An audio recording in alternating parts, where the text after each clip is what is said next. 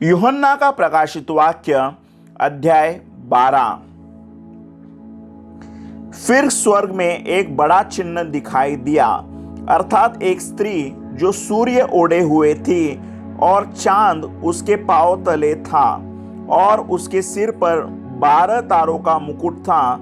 वह गर्भवती हुई और चिल्लाती थी क्योंकि प्रसव की पीड़ा में थी।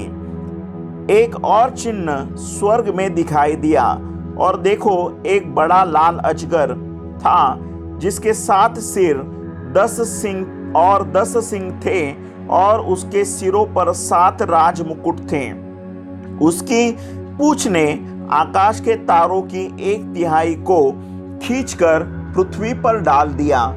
वह अजगर उस स्त्री के सामने जो जच्चा थी खड़ा हुआ कि जब वह बच्चा जने तो उस बच्चे को निगल जाए।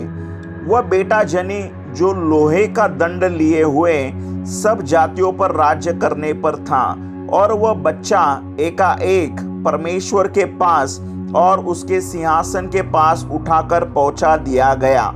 और वह स्त्री उस जंगल को भाग गई जहां परमेश्वर की ओर से उसके लिए एक जगह तैयार की गई थी कि वहां वह 1260 दिन तक पाली जाए।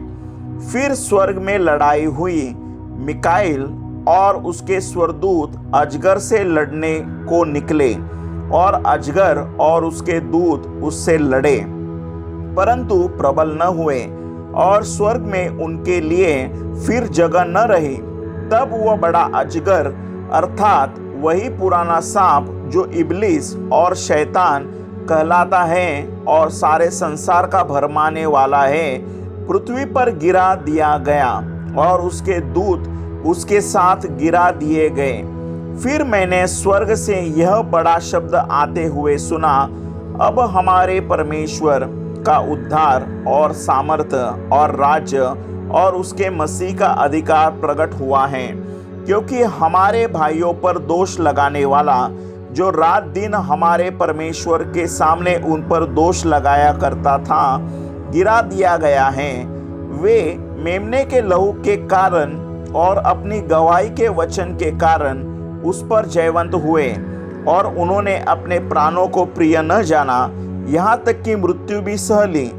इस कारण हे स्वर्गों और उनमें रहने वालों मगन हो, हे पृथ्वी और समुद्र तुम पर हाय, क्योंकि शैतान बड़े क्रोध के साथ तुम्हारे पास उतर आया है, क्योंकि जानता है कि उसका थोड़ा ही समय और बाकी है।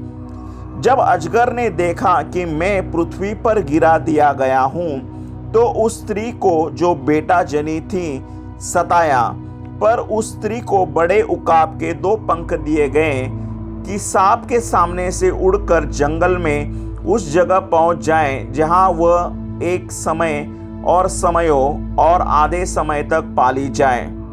और सांप ने उस स्त्री के पीछे अपने मुंह से नदी के समान पानी बहाया कि उसे इस नदी से बहा दे, परंतु पृथ्वी ने उस स्त्री की सहायता की और अपना मुंह खोलकर उस नदी को जो अजगर ने अपने मुंह से बहाई थी पी लिया। तब अजगर स्त्री पर क्रोधित हुआ और उसकी शेष संतान से जो परमेश्वर की आज्ञाओं को मानते और यीशु की गवाही देने पर स्थिर है, लड़ने को गया और वह समुद्र के बालू पर जा खड़ा हुआ। आमीन।